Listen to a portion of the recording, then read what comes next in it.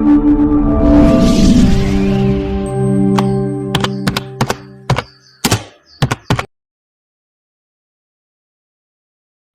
बच्चों, good morning सभी को। आप सभी कैसे हो? तो आज हम पढ़ने जा रहे हैं पास्ट टेंस का तीसरा प्रकार, जिसका नाम है पास्ट परफेक्ट टेंस। और पास्ट परफेक्ट में सबसे पहले पढ़ेंगे एडवर्ब। अब देखो, पास्ट परफेक्ट टेंस की केवल दो ही एडवर्ब है। एक तो हमारी है आफ्टर और दूसरी क्या है? बिफोर। आफ्टर का अर्थ होता है बाद में या के बाद, और बिफोर का अर्थ होता है पहले। यानी इंग्लिश वाक्यों के अंदर यदि आफ्टर या बिफोर दे रखा हो तो हमारा कौन सा टेंस होगा? Past perfect tense. यहाँ तक क्लियर है? अब देखो, बिफोर का अर्थ होता है पहले, यानी बिफोर से पहले हमेशा ही क्या आएगा? हैड प्लस V3, और बिफोर के बाद क्या आएगा? V2। आफ्टर का अर्थ क्या होता है? बाद में, या हम कह सकते हैं के बाद। तो आफ्टर के बाद हमेशा ही क्या आएगी? हैड प्लस V3, और आफ्टर से पहले हमेशा ही क्या आएगी? V2। यानी यदि इंग्लिश वाक्यों के अंदर आफ्टर या बिफोर दे रखा हो तो हमारा कौन सा टेंस होगा? Past perfect tense. आइए कुछ एग्जाम्पल की सहायता से इन्हें और अच्छी तरीके से समझ लेते हैं। तो हमारा एग्जाम्पल नंबर 1 है, द पियोन खाजगा ring the bell before I reached in the school. यानी मेरे विद्यालय पहुंचने से पहले चपरासी घंटी बजा चुका था। अब देखो, इस वाक्य के अंदर एडवर्ब है या नहीं है? कौन सी है? बिफोर। और बिफोर या आफ्टर आए तो वहां कौन सा टेंस होगा? Past perfect tense. इसका मतलब पहले वाले वाक्य के अंदर हमारा कौन सा टेंस है? Past perfect tense. यहाँ तक क्लियर है? अब देखो वाक्य की कंडीशन पर कि वाक्य पॉजिटिव है या नेगेटिव है, इंटरोगेटिव है या इंटरोगेटिव नेगेटिव। यदि इंग्लिश वाक्य के अंदर नॉट दे रखा हो तो वाक्य हमारा कैसा होगा? नेगेटिव। यदि इंग्लिश वाक्य के लास्ट में पर्सनवाचक चिन्ह हो तो वाक्य हमारा कैसा होगा? इंटरोगेटिव। यदि इंग्लिश वाक्य में नॉट भी हो और पर्सनवाचक चिन्ह भी हो तो हमारा वाक्य कैसा होगा? Interrogative negative. और जब ये तीनों ही चीजों न मिले, यानी तीनों ही चीजें ना मिले तो हमारा वाक्य कैसा होगा? पॉजिटिव या अफर्मेटिव। अब एग्जांपल नंबर 1 के अंदर ना तो नॉट है, ना ही पर्सनवाचक चिन्ह है, ना ही नॉट और पर्सनवाचक चिन्ह है। इसका मतलब हमारा वाक्य कैसा है? पॉजिटिव। अब देखो, अब यहाँ पर बिफोर के बाद क्या दे रखी है? V2। और बिफोर के बाद यदि V2 दे रखी हो तो बिफोर से पहले हमेशा ही क्या आएगा? Had plus V3। अब जाओ सब्जेक्ट के पास। सब्जेक्ट क्या है? पियोन। पियोन का अर्थ क्या होता है? चपरासी। अब देखो, हमने पास्ट परफेक्ट टेंस के अंदर हेल्पिंग वर्ब पढ़ी थी, हैड प्लस V3। यानी सब्जेक्ट चाहे एक वचन हो या बहुवचन, दोनों के लिए हमें क्या लेना है? हैड। और हैड के बाद क्या आएगी? वर्ब की थर्ड फॉर्म। तो यहाँ पर हम क्या लिख देंगे? हैड। फिर यहाँ पर वर्ब दे रखी है रिंग। रिंग का अर्थ क्या होता है? बजाना। तो देखो, हमें क्या लेनी है? वर्ब की थर्ड फॉर्म। तो थर्ड फॉर्म क्या आ जाएगी? रिंग, रैन, रंग। तो अपन वर्ब की थर्ड फॉर्म क्या जाए? रंग। पहला वाक्य समझ में आएगा। अब देखो दूसरा वाक्य। दूसरा वाक्य है, माय मदर खालजेदा not cook food before I reached in the home. यानी मेरे घर पहुंचने से पहले मेरी माँ भोजन नहीं पका चुकी थी। अब इस वाक्य के अंदर देखो कोई एडवर्ब है या नहीं है? यहाँ पर एडवर्ब दे रखी है, कौन सी? बिफोर। और यदि आफ्टर या बिफोर आए तो वहां कौन सा टेंस होगा? Past perfect tense. इसका मतलब हमारे दूसरे वाक्य के अंदर कौन सा टेंस है? Past perfect tense. अब देखो वाक्य की कंडीशन पर कि वाक्य पॉजिटिव है या नेगेटिव है, इंटरोगेटिव है या इंटरोगेटिव नेगेटिव। अब यहाँ पर क्या दे रखा है? नॉट। यदि इंग्लिश वाक्य के अंदर नॉट दे रखा है तो हमारा वाक्य कैसा है? नेगेटिव। अब देखो, बिफोर के बाद यहाँ पर क्या दे रखी है? V2। और हमारा सूत्र क्या रहा है? यदि बिफोर के बाद क्या दे रखी हो? V2, तो बिफोर से पहले हमेशा ही क्या आएगा? Had plus V3। क्या आएगा बच्चों? Had plus V3। अब जाओ सब्जेक्ट के पास। सब्जेक्ट क्या है? My mother. और हमने पास्ट परफेक्ट टेंस के अंदर पढ़ा है कि सब्जेक्ट एक वचन हो या बहुवचन, दोनों के लिए क्या आएगा? हैड। और हैड के बाद हमेशा क्या आएगी? वर्ब की थर्ड फॉर्म। तो यहाँ पर हम लिख देंगे हैड अब देखो यहाँ पर नॉट दे रखा है, इसका मतलब हमारा वाक्य क्या है, नेगेटिव है। अब नेगेटिव है तो हमें क्या करना है, हेल्पिंग वर्ब के बाद क्या लगा देनी है, नॉट। तो यहाँ पर क्या आ जाएगा, हैड नॉट। फिर वर्ब दे रखी है कुक, कुक का अर्थ होता है पकाना, हमें क्या लेनी है, वर्ब की थर्ड फॉर्म। तो थर्ड फॉर्म क्या आ जाएगा, कुकड। तो यहां तक तो समझ में आ गया। अब एक बार जल्दी से स्क्रीनशॉट ले लीजिए, फिर हम आगे पढ़ते हैं आफ्टर वाला नियम।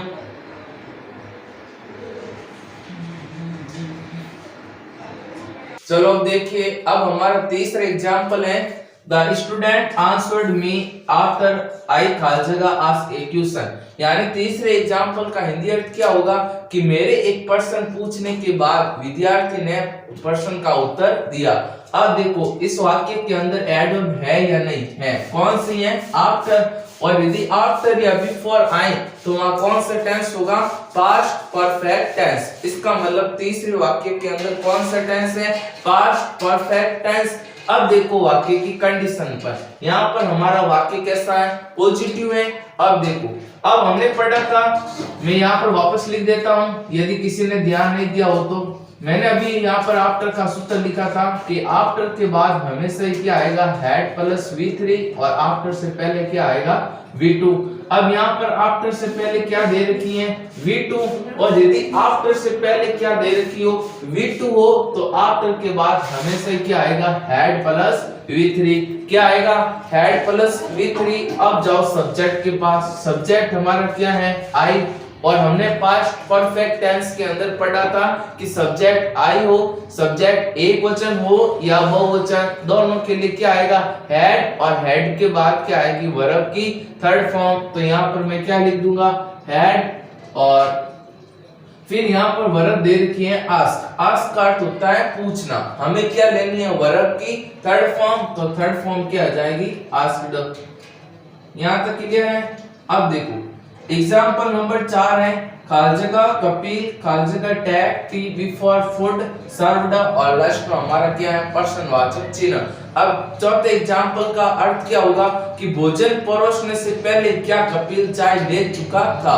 अब देखो इस वाक्य के अंदर देखो एडवर्ब है या नहीं है, कौन सी है, बिफोर।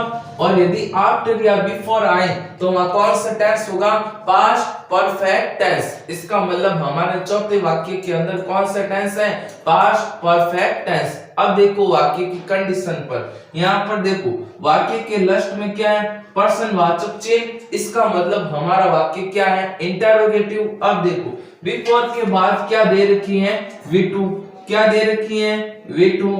और यदि बिफोर के बाद V2 हो तो बिफोर से पहले हमेशा क्या आएगा, हैड प्लस V3। अब यहाँ पर वाक्य हमारा कैसा है, इंटरोगेटिव। इंटरोगेटिव सेंटेंस है तो शुरुआत में क्या आएगी, हेल्पिंग वर्ब। और पास्ट परफेक्ट टेंस के अंदर पढ़ा था कि सब्जेक्ट चाहे एक वचन हो या बहुवचन, दोनों के लिए क्या आएगा, हैड। और हैड के बाद क्या आएगी, वर्ब की थर्ड फॉर्म। तो यहाँ पर मैं क्या लिख दूंगा, हैड, फिर कपिल, फिर यहाँ पर वर्ब दे रखी है टैग, टैग का अर्थ होता है लेना, हमें क्या लेनी है, वर्ब की थर्ड फॉर्म। तो थर्ड फॉर्म क्या आ जाएगी, टेकन। तो यह तक था हमारा past perfect tense. Past perfect tense clear हो गया। अब हम पढ़ते हैं पास्ट टेंस का चौथा प्रकार, जिसका नाम है पास्ट परफेक्ट कंटिन्यू टेंस। तो पास्ट परफेक्ट कंटिन्यू टेंस में सबसे पहले हम पढ़ते हैं पहचान, कि इसकी कौन सी पहचान है, ताकि हमें पता चल सके कि इस वाक्य के अंदर हमारा पास्ट परफेक्ट कंटिन्यू टेंस है।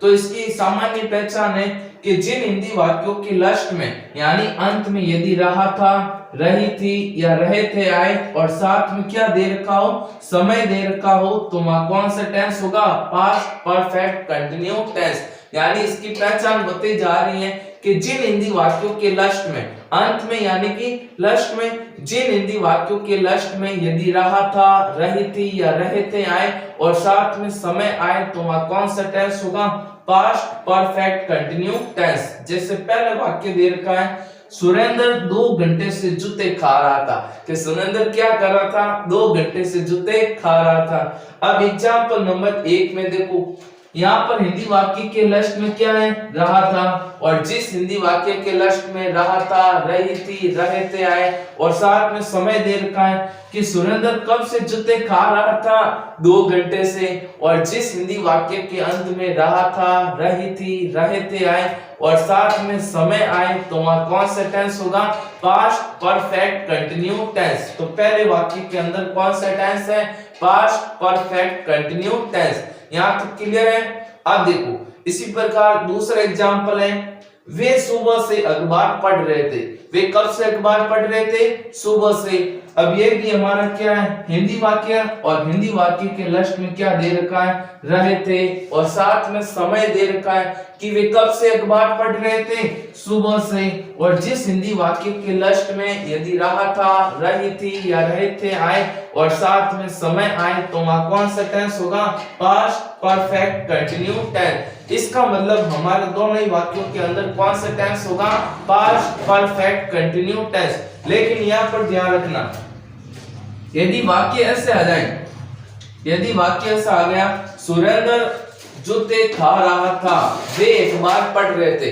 अब देखो दोनों ही वाक्यों के लस्ट में क्या दे रखा है, रहा था, और यहाँ पर क्या दे रखा है, रहे थे। यानी जिस हिंदी वाक्य के लस्ट में केवल रहा था, रही थी या रहे थे आए, तो कौन सा टेंस होता है, पास्ट कंटिन्यू टेंस। लेकिन हिंदी वाक्यों के लस्ट में यदि रहा था, रही थी, रहे थे आए, और साथ में समय आए, तो हमारा कौन सा टेंस होगा, पास्ट परफेक्ट कंटिन्यू टेंस। यहाँ तो क्लियर है। अब एक बार जल्दी से स्क्रीनशॉट ले लीजिए, फिर हम आगे बात करते हैं पास्ट परफेक्ट कंटिन्यू टेंस की हेल्पिंग वर्ब। हाँ, अब देख लीजिए आगे। अब हम आगे पढ़ते हैं helping verb. Past perfect continue tense की हेल्पिंग वर्ब है हैड प्लस बीन। अब सब्जेक्ट चाहे एक वचन हो या बहुवचन, दोनों के लिए क्या आएगा, हैड प्लस बीन। यानी यदि इंग्लिश वाक्य के अंदर सब्जेक्ट एक वचन है तो भी हम हैड प्लस बीन का प्रयोग करेंगे, और यदि सब्जेक्ट बहुवचन है तो भी हम किसका प्रयोग करेंगे, हैड प्लस बीन का। फिर हम आगे बात करते हैं मेन वर्ब। मेन वर्ब का हिंदी में अर्थ होता है मुख्य क्रिया। अब पास्ट परफेक्ट कंटिन्यू टेंस की मेन वर्ब है, वर्ब की फर्स्ट फॉर्म, और उसके साथ क्या लगाना है, आईएनजी। यानी दादाजी राते टाउन को वडाई, दादी जी बिना जो पास्ट परफेक्ट कंटिन्यू टेंस मायने मेन वर्ब कही है, वर्ब री फर्स्ट फॉर्म और हाथ कही आईएनजी। यानी पूरे पास्ट परफेक्ट कंटिन्यू टेंस में सब्जेक्ट यानी पॉजिटिव हो, नेगेटिव हो, इंटेरोगेटिव हो या इंटेरोगेटिव नेगेटिव, पूरे पास्ट परफेक्ट कंटिन्यू टेंस में हमें क्या लेनी है, वर्ब की फर्स्ट फॉर्म और उसके साथ क्या लगाना है, आईएनजी। अब देखो हर एक टेंस में वाक्य बनाने के कितने तरीके होते हैं, 4 तरीके होते हैं। यानी एक्स वाई जेड कोई भी टेंस हो, हर एक टेंस में वाक्य बनाने के कितने तरीके होते हैं, 4। तो सबसे पहले हम पढ़ते हैं पॉजिटिव सेंटेंस। अब पॉजिटिव सेंटेंस यानी हिंदी वाक्य के अंदर यदि सकारात्मक वाक्य दे रखा हो, उसको इंग्लिश में कन्वर्ट करना है, तो उसका फॉर्मेट ये है। सबसे पहले क्या आएगा, सब्जेक्ट। अब सब्जेक्ट चाहे एक वचन हो या बहुवचन, दोनों के लिए हेल्पिंग वर्ब क्या आएगी, हैड प्लस बीन। फिर आएगा हमारा वर्ब की फर्स्ट फॉर्म, फिर आईएनजी, फिर ऑब्जेक्ट, फिर कॉम्प्लीमेंट। अब देखो यदि टाइम हमारा निश्चित है तब हमें क्या लगाना है, सेंस, और यदि टाइम क्या है अनिश्चित तब हमें क्या लगाना है, फॉर। यानी निश्चित समय दे रखा हो तब हमें सेंस का प्रयोग करना है, और अनिश्चित समय दे रखा हो तो किसका प्रयोग करना है, फॉर का।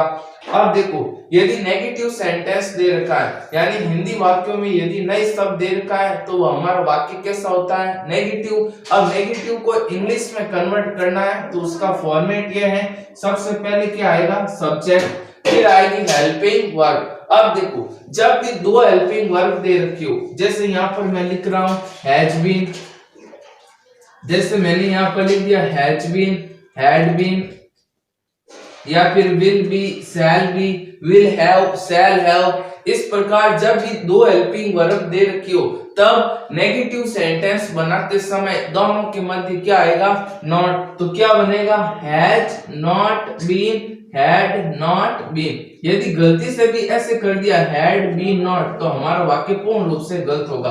क्यों? क्योंकि नियम कह रहा है कि जब भी दो हेल्पिंग वर्ब दे रखी हो, एक बार वापस कह रहा हूं कि जब भी दो हेल्पिंग वर्ब दे रखी हो, चाहे हैज बीन हो, हैव बीन हो, had been, will be, shall be, will have, shall have, जब भी दो हेल्पिंग वर्ब दे रखी हो, नेगेटिव बनाना है, तब हम क्या करेंगे? दोनों के मध्य क्या लगाएंगे? नॉट। तो हमारा वाक्य कैसे बनेगा? हैड नॉट बीन, फिर क्या आएगी? वर्ब की फर्स्ट फॉर्म, फिर आईएनजी, फिर ऑब्जेक्ट, फिर कॉम्प्लीमेंट, फिर सिंस या फॉर प्लस टाइम। अब देखो, यदि इंटरोगेटिव सेंटेंस दे रखा हो तो उसको इंग्लिश में कैसे कन्वर्ट करेंगे? तो उसका फॉर्मेट ये है, सबसे पहले आएगी हेल्पिंग वर्ब। अब देखो, जब भी दो हेल्पिंग वर्ब दे रखी हो, चाहे हैज बीन हो, हैव बीन हो, हैड बीन हो, विल बी हो, शैल बी हो, विल हैव हो, शैल हैव हो, जब भी दो हेल्पिंग वर्ब दे रखी हो, तब इंटरोगेटिव सेंटेंस में एक हेल्पिंग वर्ब सब्जेक्ट से पहले और दूसरी हेल्पिंग वर्ब सब्जेक्ट के बाद। तो हमारा क्या आ जाएगा?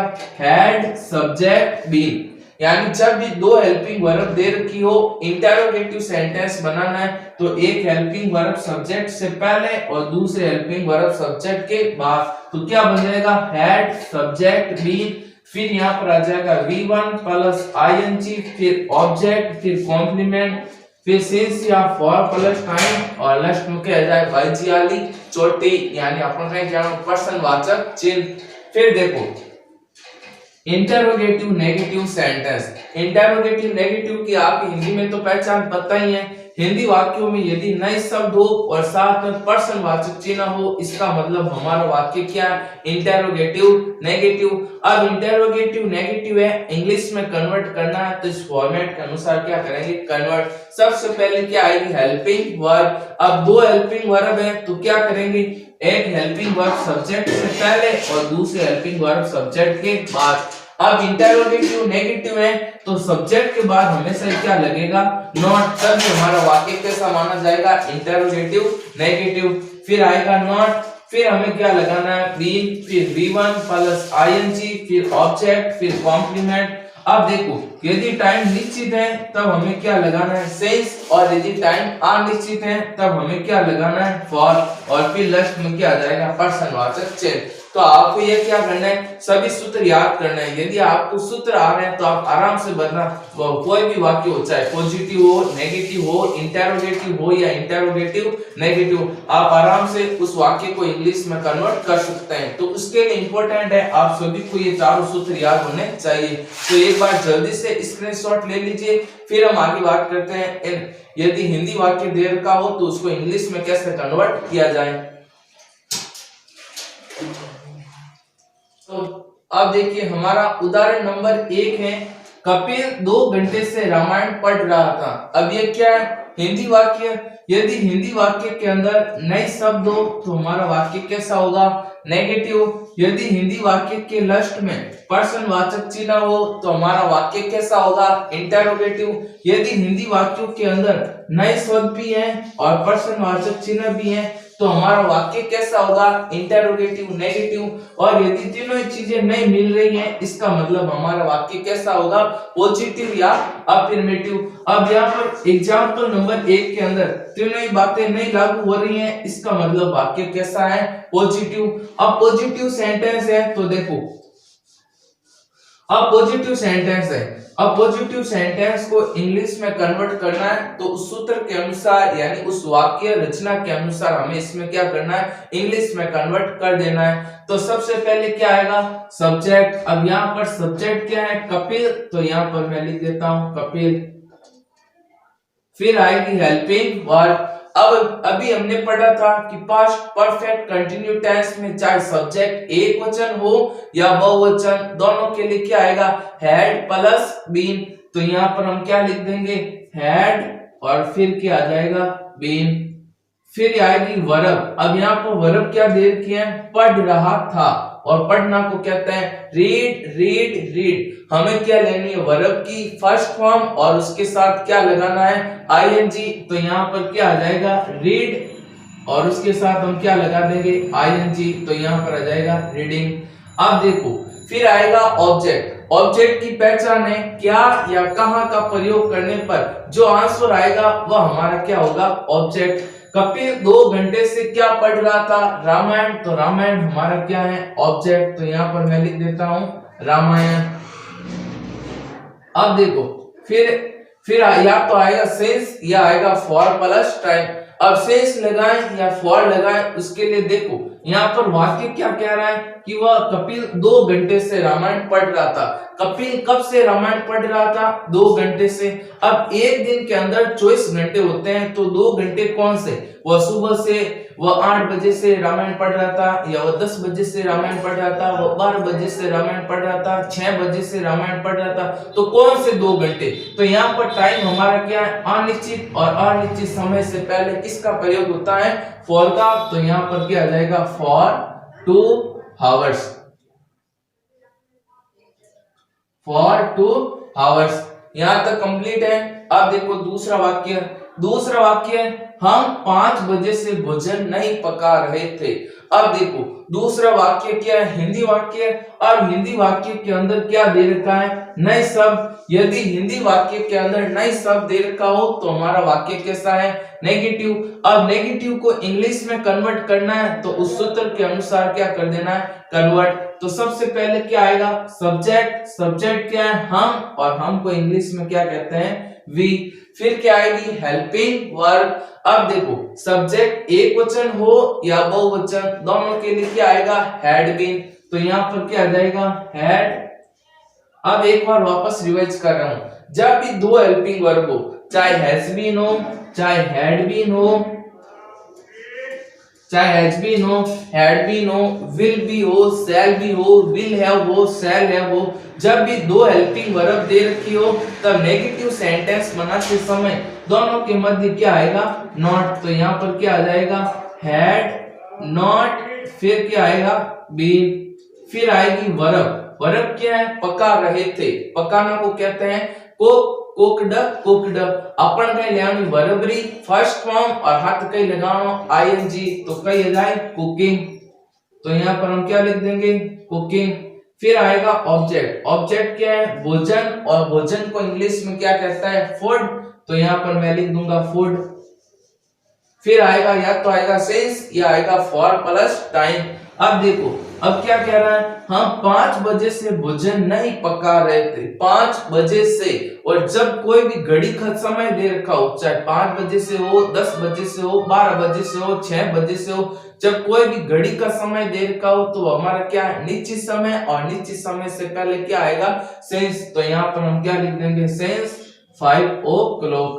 5 बजे को इंग्लिश में क्या कहते हैं, 5 o'clock। यहां तक क्लियर। अब देखो आगे लास्ट वाक्य है, क्या मैं 2 सप्ताह से विद्यालय जा रहा था। ये क्या है, हिंदी वाक्य है। अब इसको इंग्लिश में कन्वर्ट करना है तो देखो यहाँ पर हिंदी वाक्य के लास्ट में क्या आ रखा है, पर्सनवाचक चिन्ह, यानी बाईजियाली चोटी। और हिंदी वाक्य लास्ट में यदि पर्सनवाचक चिन्ह आयोडो इन मतलब वाक्य का ही है इंटेरोगेटिव। अब इंटेरोगेटिव है तो शुरुआत में क्या है, हेल्पिंग वर्ब। अब हेल्पिंग वर्ब देखो सब्जेक्ट एक वचन हो या बहुवचन, दोनों के लिए क्या आएगा, हैड बीन। अब एक चीज यहाँ पर ध्यान रखना कि जब भी 2 हेल्पिंग वर्ब दे रखी हो, चाहे हैज बीन हो, हैव बीन हो, हैड बीन हो, जब भी 2 हेल्पिंग वर्ब दे रखी हो तब इंटेरोगेटिव सेंटेंस में एक हेल्पिंग वर्ब सब्जेक्ट से पहले और दूसरे हेल्पिंग वर्ब सब्जेक्ट के बाद। तो यहाँ पर क्या आ जाएगा, हैड, फिर यहाँ पर आएगा आई, और फिर क्या आ जाएगा, बीन। फिर यहाँ पर आएगी वर्ब। वर्ब क्या है, जा रहा था, जाना को क्या कहते हैं, गो, वेंट, गॉन। हमें क्या लेनी है, वर्ब की फर्स्ट फॉर्म और उसके साथ क्या आएगा, आईएनजी। तो यहाँ पर क्या आ जाएगा, गोइंग। फिर आएगा ऑब्जेक्ट। ऑब्जेक्ट क्या है, विद्यालय, और विद्यालय को इंग्लिश में कहते हैं टू स्कूल। फिर क्या है, क्या मैं 2 सप्ताह से विद्यालय जा रहा था। एक महीने के अंदर 4 सप्ताह होते हैं, तो 2 सप्ताह कौन से। तो यहाँ पर टाइम क्या है, अनिश्चित, और अनिश्चित समय से पहले किसका प्रयोग होता है, फॉर का। तो यहाँ पर क्या आ जाएगा, फॉर 2 वीक्स, और लास्ट में क्या आ जाएगा, हमारा पर्सनवाचक चिन्ह। क्लियर। अब देखो पास्ट परफेक्ट कंटिन्यू टेंस की एडवर्ब है सिंस या फॉर प्लस टाइम और उसके साथ V2, यानी पास्ट परफेक्ट कंटिन्यू के अंदर विशेष तौर से ध्यान रखना है, यदि इंग्लिश वाक्य के अंदर सिंस या फॉर प्लस टाइम के साथ यदि V2 यानी वर्ब की सेकंड फॉर्म दे रखी हो तो वहां कौन सा टेंस होगा, पास्ट परफेक्ट कंटिन्यू टेंस, यानी जब सिंस या फॉर प्लस टाइम हो और उसके साथ V2 हो तब हम उस वाक्य के अंदर कौन से टेंस का प्रयोग करेंगे, पास्ट परफेक्ट कंटिन्यू टेंस। तो एक बार जल्दी से स्क्रीनशॉट ले लीजिए, फिर हम कुछ एग्जांपल्स लेते हैं।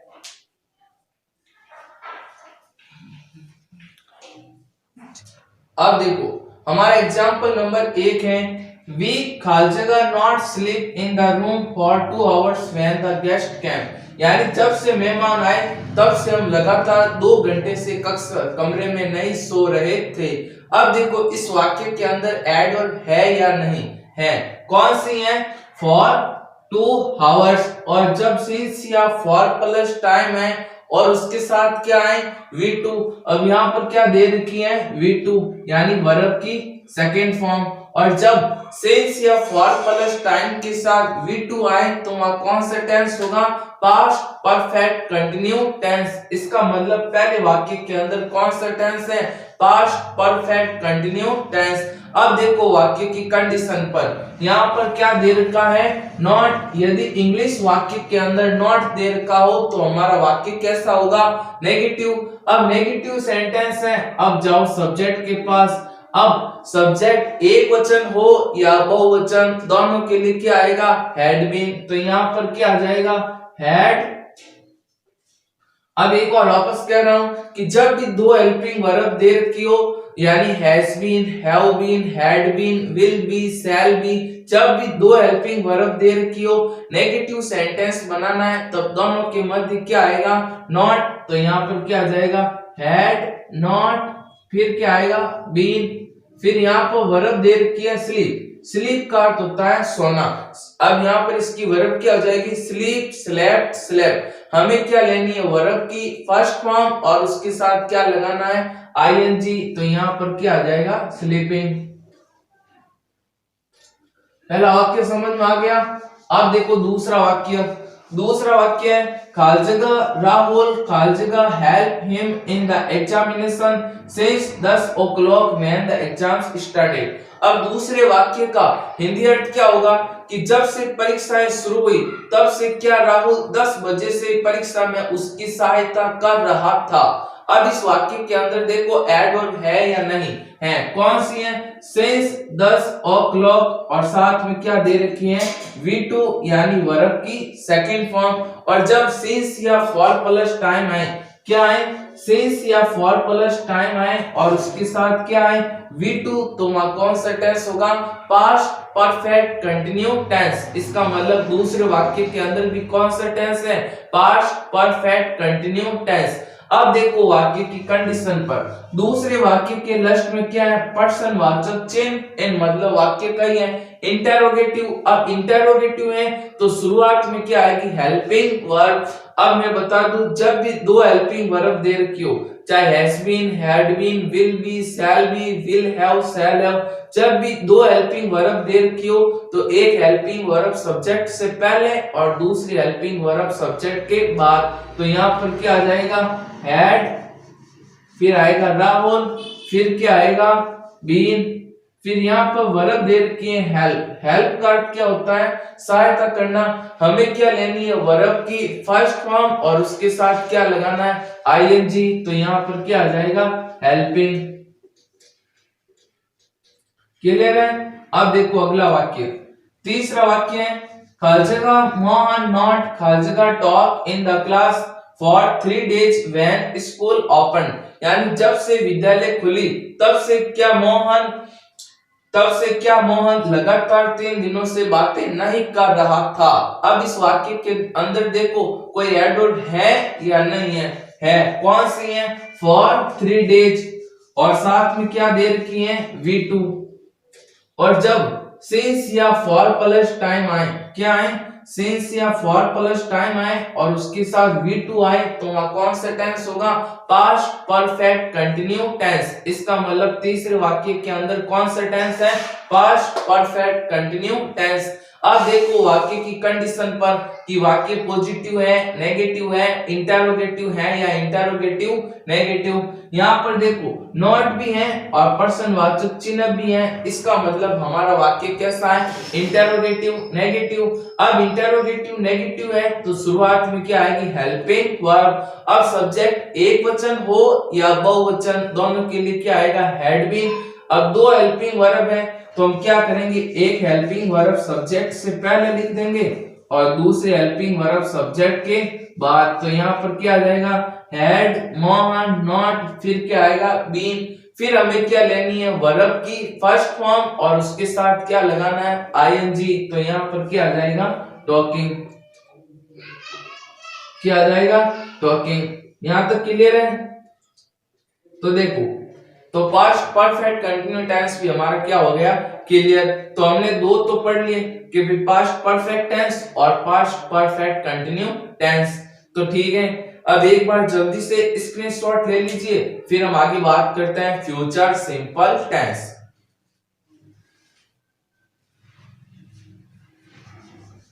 अब देखो हमने पढ़ा था टेंस मुख्य रूप से कितने प्रकार के होते हैं, तीन प्रकार के। एक तो होता है प्रेजेंट टेंस, दूसरा होता है पास्ट टेंस और तीसरा क्या होता है, फ्यूचर टेंस।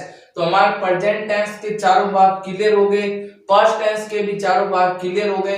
अब हम पढ़ने जा रहे हैं टेंस का तीसरा प्रकार, जिसका नाम क्या है, फ्यूचर टेंस।